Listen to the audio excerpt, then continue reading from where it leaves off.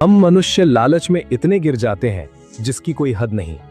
आज से कुछ सालों पहले हमारी धरती पर अनेकों प्रकार के जानवर पाए जाते थे, लेकिन हम इंसानों की वजह से वो जानवर आज विलुप्त हो चुके हैं। कुछ को इंसानों ने उनके कीमती सींगों के लिए मारा, तो कुछ को उसके खूबसूरत खाल के लिए, और कुछ को तो मात्र अपने जुबान के स्वाद के लिए ही मिटाना पड़ा। आज मैं आपको दुनिया के कुछ ऐसे जानवर और परिंदों से रूबरू करवाऊंगा जो कभी हमारी धरती पर रहते थे, लेकिन हम इंसानों ने उसे इस धरती से गायब ही कर दिया।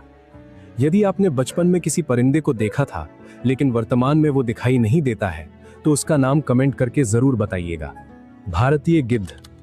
एक समय था जब भारत का आसमान गिद्धों से भरा रहता था। हाईवे के किनारे, गांवों के बाहर, जंगलों में जहां कहीं भी कोई मरा हुआ जानवर होता, वहां सबसे पहले गिद्ध पहुंचते थे। लोग इन्हें गंदा पक्षी समझते थे, लेकिन सच्चाई ये है कि गिद्ध भारत का सबसे बड़ा सफाई कर्मी था। जो काम इंसान की पूरी व्यवस्था नहीं कर पाती, वो गिद्ध चुपचाप कर देता था। भारतीय गिद्ध का शरीर ऐसा बना था कि वो सड़ी गली लाश भी खा सकता था बिना बीमार पड़े। उसकी मजबूत पाचन शक्ति खतरनाक बैक्टीरिया को भी खत्म कर देती थी। इसी वजह से गांवों और जंगलों में बीमारियां नहीं फैलती थीं। लेकिन इंसान ने कभी इस मूक रक्षक की अहमियत समझी ही नहीं। 1990 के दशक तक आते आते एक खामोश तबाही शुरू हो चुकी थी। डाइक्लोफेनाक नाम की एक दवा।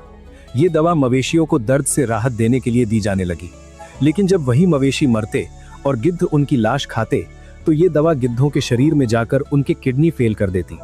गिद्ध मरने लगे, एक एक करके, चुपचाप। सबसे डरावनी बात यह थी कि शुरुआत में किसी को पता ही नहीं चल रहा था कि हो क्या रहा है। लोग सोचते रहे शायद मौसम बदल गया, शायद जंगल कम हो गए, लेकिन सच्चाई ये थी कि इंसानी इलाज गिद्धों के लिए जहर बन चुका था। केवल 10 से 15 सालों के भीतर भारतीय गिद्धों की आबादी 99% तक गिर गई। जहां कभी लाखों गिद्ध थे, वहां गिनती के कुछ 100 ही बचे। ये सिर्फ एक प्रजाति का पतन नहीं था, ये पूरे इकोसिस्टम का टूटना था। गिद्धों के गायब होते ही लाशें सड़ने लगीं, आवारा कुत्तों की संख्या तेजी से बढ़ी, और इसके साथ बढ़ा रेबीज जैसी घातक बीमारियों का खतरा। यानी जिस पक्षी को इंसान बेकार समझता था, उसके ना रहने से इंसान खुद खतरे में आ गया। आज भारतीय गिद्ध पूरी तरह विलुप्त नहीं हुआ है, लेकिन वो विलुप्ति के कगार पर खड़ा है। सरकार ने डाइक्लोफेनाक पर प्रतिबंध लगाया, संरक्षण केंद्र बनाए गए, लेकिन जो नुकसान हो चुका था वो कभी पूरी तरह ठीक नहीं हो सकता। भारतीय गिद्ध हमें एक कड़वा सच सिखाता है। इंसान जब प्रकृति से छेड़छाड़ करता है तो सबसे पहले जानवर मरते हैं, और आखिर में कीमत इंसान ही चुकाता है। Western black rhino. अफ्रीका के खुले सवाना में एक समय एक भारी भरकम सा साया धीरे धीरे चलता था। मोटी चमड़ी, 2 मजबूत सींग और शांत आंखें, ये था वेस्टर्न ब्लैक राइनो। देखने में डरावना, लेकिन स्वभाव से बेहद शांत। ये जानवर ना तो इंसान का दुश्मन था, ना ही किसी पर हमला करने वाला। ये बस अपने इलाके में रहता, झाड़ियों की पत्तियां खाता और प्रकृति के संतुलन को बनाए रखता। लेकिन इंसान ने इसे सींग के रूप में देखा, एक महंगी चीज। एशिया और कुछ देशों में इसके सींग को दवा, ताकत और स्टेटस सिंबल माना जाने लगा। सच्चाई ये थी कि वो सींग केराटिन से बना था, ठीक हमारे नाखूनों जैसा। लेकिन अंधविश्वास और लालच ने सच्चाई को दबा दिया। 20वीं सदी के मध्य तक वेस्टर्न ब्लैक राइनो की संख्या तेजी से गिरने लगी। दिन में ये जंगलों में छिपा रहता और रात में शिकारियों की गोलियों से बचने की कोशिश करता। कई बार पूरा परिवार एक साथ मार दिया जाता, सिर्फ सींग काटने के लिए। बाकी शरीर सड़ने के लिए छोड़ दिया जाता। ये शिकार नहीं, ये कसाई खाना था। सरकारों को खतरा दिखा, संरक्षण योजनाएं बनी, लेकिन बहुत देर हो चुकी थी। जिन जंगलों में राइनो रहता था, वे खेतों और सड़कों में बदलने लगे। राइनो के पास न तो छिपने की जगह बची, न भागने का रास्ता। और सबसे बड़ी विडंबना, इंसान उसे बचाने की कोशिश तब कर रहा था जब इंसान ही उसे खत्म कर चुका था। 2000 के दशक की शुरुआत तक वेस्टर्न ब्लैक राइनो लगभग गायब हो चुका था। 2006 में आखिरी बार इसे देखे जाने की रिपोर्ट मिली, और 2011 में इसे आधिकारिक रूप से विलुप्त घोषित कर दिया गया। न कोई अंतिम आवाज, न कोई विदाई, बस सन्नाटा। आज जब हम इसकी तस्वीर देखते हैं तो वो सिर्फ एक जानवर नहीं दिखता, वो इंसानी लालच का आईना बन जाता है। एक ऐसी प्रजाति जो आधुनिक हथियारों से नहीं, बल्कि अंधविश्वास और पैसों की भूख से मारी गई। इलाके में रहता, झाड़ियों की पत्तियां खाता और प्रकृति के संतुलन को बनाए रखता। लेकिन इंसान ने इसे सींग के रूप में देखा, एक महंगी चीज। एशिया और कुछ देशों में इसके सींग को दवा, ताकत और स्टेटस सिंबल माना जाने लगा। सच्चाई ये थी कि वो सींग केराटिन से बना था, ठीक हमारे नाखूनों जैसा। लेकिन अंधविश्वास और लालच ने सच्चाई को दबा दिया। 20वीं सदी के मध्य तक वेस्टर्न ब्लैक राइनो की संख्या तेजी से गिरने लगी। दिन में ये जंगलों में छिपा रहता और रात में शिकारियों की गोलियों से बचने की कोशिश करता। कई बार पूरा परिवार एक साथ मार दिया जाता, सिर्फ सींग काटने के लिए। बाकी शरीर सड़ने के लिए छोड़ दिया जाता। ये शिकार नहीं, ये कसाई खाना था। सरकारों को खतरा दिखा, संरक्षण योजनाएं बनी, लेकिन बहुत देर हो चुकी थी। जिन जंगलों में राइनो रहता था वे खेतों और सड़कों में बदलने लगे। राइनो के पास न तो छिपने की जगह बची, न भागने का रास्ता। और सबसे बड़ी विडंबना, इंसान उसे बचाने की कोशिश तब कर रहा था जब इंसान ही उसे खत्म कर चुका था। 2000 के दशक की शुरुआत तक वेस्टर्न ब्लैक राइनो लगभग गायब हो चुका था। 2006 में आखिरी बार इसे देखे जाने की रिपोर्ट मिली और 2011 में इसे आधिकारिक रूप से विलुप्त घोषित कर दिया गया। न कोई अंतिम आवाज, न कोई विदाई, बस सन्नाटा। आज जब हम इसकी तस्वीर देखते हैं तो वो सिर्फ एक जानवर नहीं दिखता, वो इंसानी लालच का आईना बन जाता है। एक ऐसी प्रजाति जो आधुनिक हथियारों से नहीं बल्कि अंधविश्वास और पैसों की भूख से मारी गई। Passenger pigeon.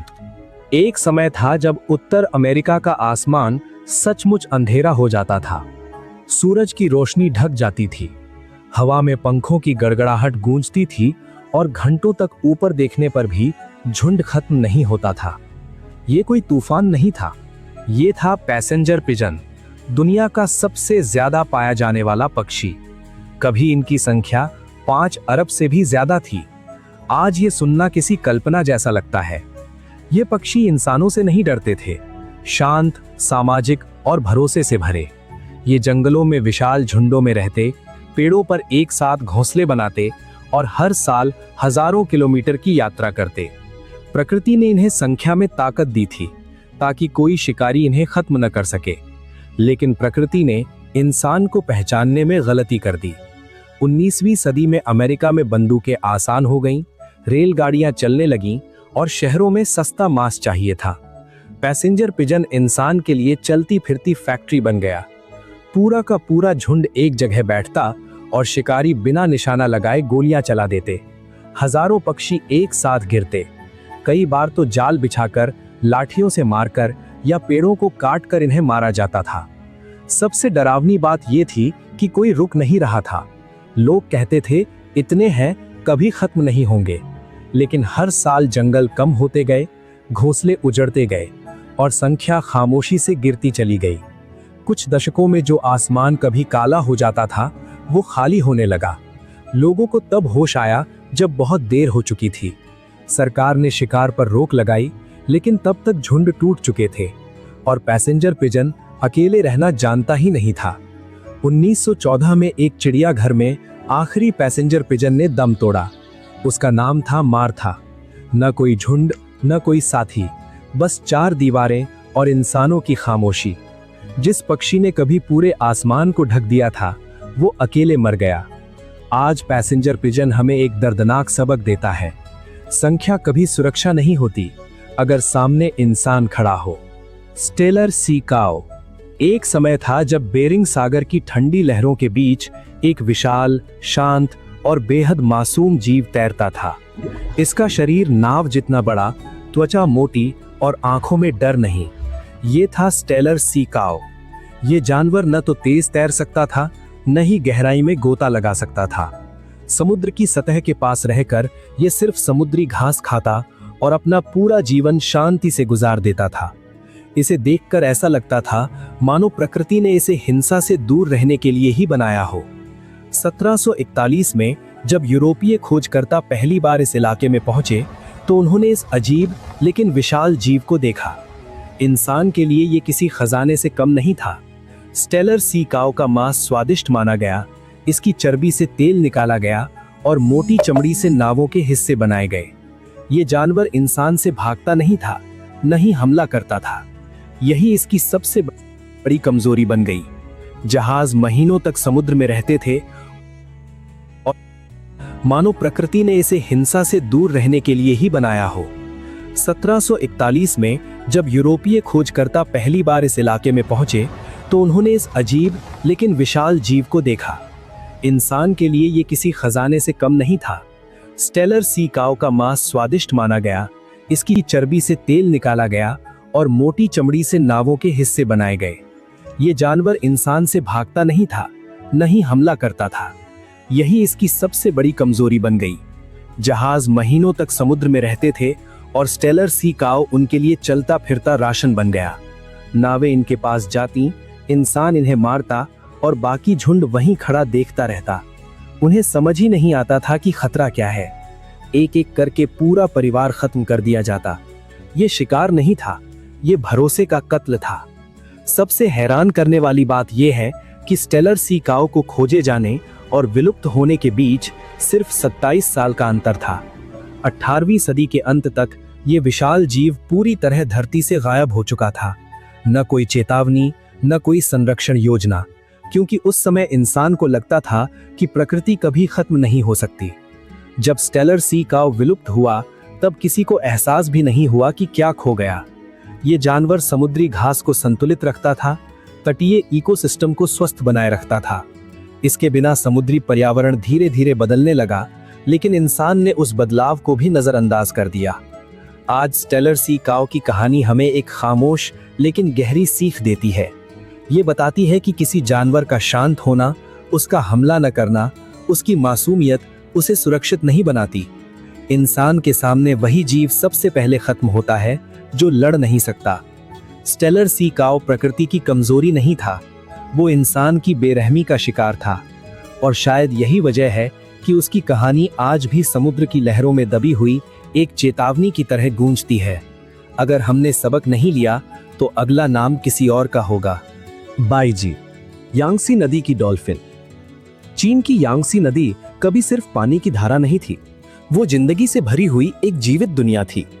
उसी नदी में एक बेहद शर्मीली, शांत और बुद्धिमान डॉल्फिन रहती थी, बाईजी। स्थानीय लोग इसे यांगसी की देवी कहते थे।